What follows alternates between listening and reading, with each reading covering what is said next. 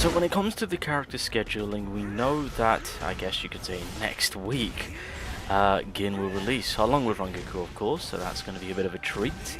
And then going into the brand new year, we are starting the game off with Aizen, and that is going to be some craziness as we're all kind of preparing for and expecting. Now, with all of that, characters after, it's only going to get more exciting, more hype, and so in terms of the character scheduling, a lot of us have now predicted to say, and it is kind of looking like it, that KENPACHI could be after. Grimmjow's also in the mix of things, so in terms of the characters to come in January to February, it's going to be hype, it's going to be exciting. Now, the character in particular that I'm truly excited for, after Aizen of course, given, is KENPACHI. Because we know with KENPACHI and with what I've experienced previously is that he is just going to be nothing but attack, attack, attack. Nothing but offensive basically. Now I forgot to mention that obviously I did thankfully play the character within the alpha, right? He was one of the first, you know, I guess you could say one of the first captains to get introduced into the game, and then I guess the developers were like, he's valuable. Let's hold on to him. Let's make him into a future limited character. You know, get some money out of the man. And fair play, KENPACHI is definitely a moneymaker in terms of how much of an aggressive character he could be. Now, we do have a little bit of look ahead of time in terms of what the developers have actually gone to do with the man in terms of his kit. Now, I forgot to also mention that I actually have his like 2023 kit. So I do want to take a look at that, kind of see what we're looking at in terms of what route they're going to be taking that man, and see if they are going to go down that line of making it so that if he takes damage, he will dish out ×3 that amount, right, whilst absorbing most of it in terms of damage reduction. So let's see if they're kind of staying true to what KENPACHI is all about. But with all that being said, like I said, we do have more of an updated look in terms of KENPACHI's kit, so let's take a look and see what's going on. So first things first, when it comes to KENPACHI's weapon stamp, this is what's been done early on. Being in the War of Wrath, reduce the cooldown of the technique Malicious Blade Rip, and increases the total number of continuous strikes. Damage increases over time up to 5%. So I know that there is a bit of a state that KENPACHI has, and the one thing which I named KENPACHI when I first played him is that he is a button mashing DPS. So for them to commit to that, and as he is doing more damage with continuous strikes, he gets an increase of damage, he is still going to be, as it sounds like, a button mashing DPS. I think his title is going to be kept. And then if you max it, so the cooldown of technique, and then basically if you max it goes to 10%. So I'm very curious to see on what the total number will be, because I suspect, because most of the weapon stamp in terms of increasing damage, it says 10% at max, so I assume it'll cap at 100%. If it goes further than that, then that's going to be huge. So already his weapon kit is going to be a big play in terms of that increase of damage, especially with the continuous button mashing. In terms of his core stamp, after releasing the full power, I believe that's the Bankai, if I can remember correctly, the detecting button will be triggered, which can be tapped immediately to release a Malicious Blade Rip. This doesn't share the same cooldown as the technique, increases the damage dealt by the ultimate Kendo of the End by 12.5. After releasing the full power, detecting button will be triggered. Oh, okay, so I assume, is this going to be like the same situation of like Ichigo then? In terms of his counterattack, right? Because if you activate his Bankai, the counterattack is then available at that point. Could be. And then when it comes to maxing that out, the ultimate will get a 25% increase. Okay, cool. That's not too bad. Well, let's hope that they do a little bit of a update on the core stamp, because right now it's a bit of a pain. Alright, what's this? What we got going on here? So the ultimate skill, while under the War Wrath state, KENPACHI gains frenzy over time. When his frenzy reaches 100, the ultimate button will be activated again. Tap it to release the KENPACHI. Tap it to release, and KENPACHI will hold his sword in with his both hand, assume a kendo stance, and release all accumulated frenzy in one fatal slam.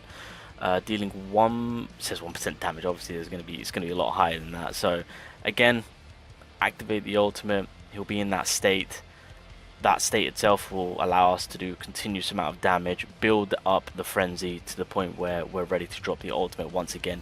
Very similar to pretty similar to like the current state of characters, like obviously for example Toshiro, right? Because he does require a little bit of build up for his ultimate. It's very quick, but yeah, I suspect it's going to be the same situation.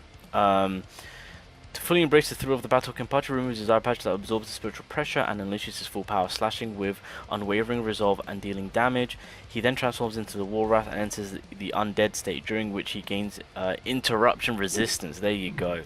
So this is why I say button mashing DPS. So he's already got that covered. So that's level 1. Level 9. Is there anything? I mean, it's just going to be the damage increase, right? There's nothing really... Okay, at the max level. Yeah, it's just going to be percentage play. Okay, right, we do have his full kit in terms of early build, so we'll look into that. Okay, so, yeah, this is during the alpha, as you guys can see. Let's have a look on what we're working here. So, when it comes to his passive, Surging Resolve, after KENPACHI releases the ultimate skill and enters a Battle Demon status, he can continuously gain Resolve over time. During the time releasing skills also grants a certain amount of Resolve. When Resolve reaches 100, the ultimate... Okay, so so we know that's being kept. We know that's being kept for the ultimate.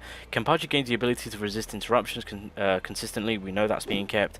And it will be removed when he takes damage that exceeds 5% of his current health. When KENPACHI is in Battle Demon status, the maximum damage the skill can withstand is increased to 1020 of his current health. So it seems that, again, this is something that's going to be kept. Obviously, we don't know to the full extent on how much he can absorb, but clearly this is a clear indication that he's going to be able to absorb a hell of a lot. So that kind of makes sense. So that is definitely going to be keeping us in the button mashing state for a long period of time. So normal attack, KENPACHI relentlessly lashes the enemy in front of him, dealing up to 6 rounds, which is at 390% of damage. Rampage Raid, after each evasion, immediately tap the normal button, attack button to make KENPACHI leap and rush to the enemy, dealing a 52% damage. Obviously it's going to be a little more high than that. This attack consumes 200 evasion energy. This attack is considered a normal attack. So that again, staying true to KENPACHI. I like that. So if we evade, I guess it's... I'm trying to think right now, doesn't Ichigo have a thing where if you evade and then he instantly has a branch attack at the ready? Unless I'm no, I'm pretty sure he does. Does he? But if this is just an added... Actually, no, evasion is a whole different ball game. Wow, hold up, wait a minute. I like that. I don't think we've got anything like that. Sorry, my bad. I'm thinking of something completely different when it comes to Ichigo. No, if we evade, if we dip out, this will activate, I assume this is technically classed as a branch attack, right? Because it's allowing the normal attack button to be played again, so that way we can leap towards the enemy. So, hey, they better keep that, because again, that makes sense for KENPACHI. Alright, let's have a look at his skills. What we got going on here? Hold the skill button and KENPACHI will enter the charge phase, continuously gaining ultimate skill energy while reducing the damage he takes. The damage reduction effect will gradually increase during the charge phase and reach a maximum of 90% damage reduction after 2 seconds. After releasing the button, KENPACHI will transform his accumulated I think that's what to say, power into a sword beam and slash. Okay. I know of this. Again, I would have put the gameplay up at the very beginning, so you actually would have seen KENPACHI in action. Curious to see whether or not if they're going to keep this, but we know that he will have some form of damage reduction. That's a fact. Malicious Blade Rip. Oh, so that's... Oh, that's being kept. When KENPACHI is in Battle Demon status, hold the skill button to continuously swing his Zanbakuto forward, dealing damage of a total of 769%. Charged damage. During this time, KENPACHI gains 1 stack of frenzy and a certain amount of resolve every time he takes damage. Oh!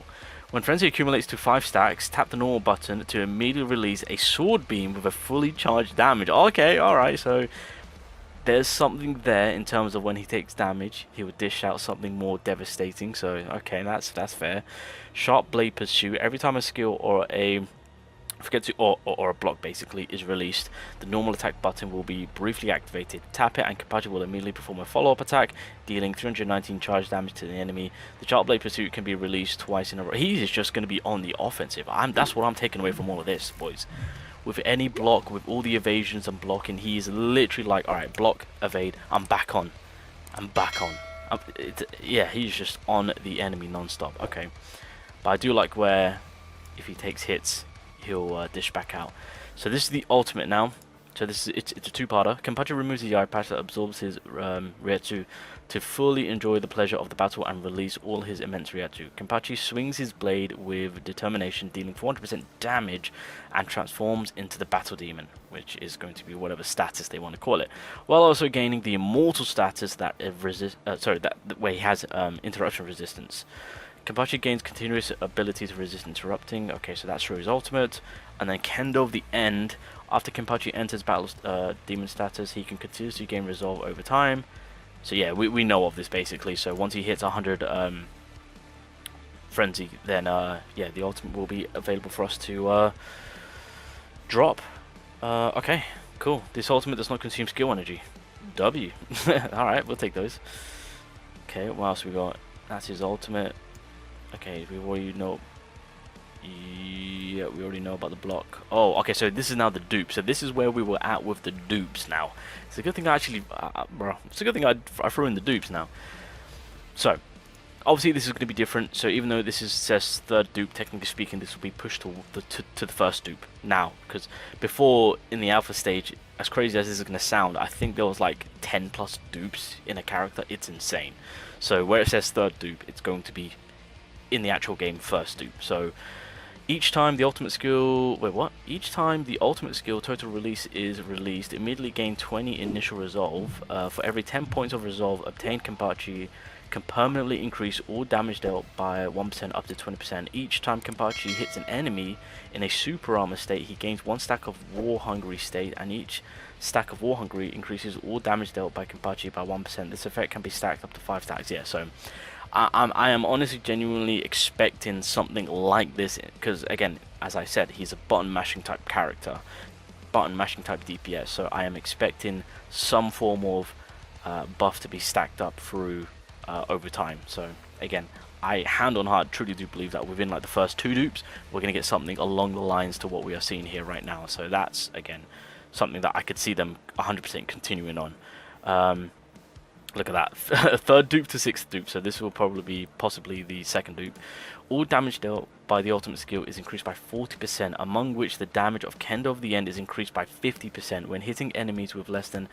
Oh, okay, we've got some HP stipulations going on here.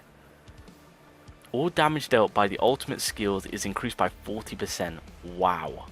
So you've got to keep in mind, when we activate the ultimate initially, we are just going to be spamming away our attacks, and that's going to be getting a 40% increase. And then when it comes to dropping the final ultimate, that is only going to be getting the 50% increase. But I'm curious on whether or not if that 50% health stipulation is for the Kendo of the End, or if it classes for the whole ultimate as an overall.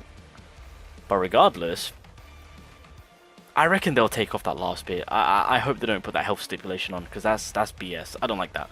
Yeah, hopefully they take that off. I don't think in a dupe system nah, that's not in our favor. Can't have that.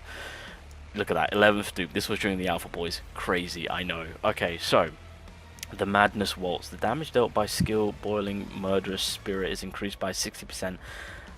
Oh, that's his skill. Okay, and after using this normal attack, normal attacks will cause an additional 50% Zangeki damage, lasting for 8 seconds. Okay. Well, I mean, if this is in correlation to his skills, then again, this is actually going to be pretty immense in terms of if we're taking into consideration him being in his ultimate form. Because then that's when obviously the most of the damage. So technically speaking, I suspect this is going to be huge once we're in that ultimate state. And I think, yeah, that is all of it. So that is Kenpachi's early build, ladies and gentlemen, in terms of what they initially did with him. So for the most part, and what it sounds like, they're kind of keeping that theme in terms of him just being an absolute monstrous DPS when it comes to just continuously slashing and hacking the enemy. So with all that being said, ladies and gentlemen, Kenpachi will be the button mashing DPS. That's his official title, button mashing DPS.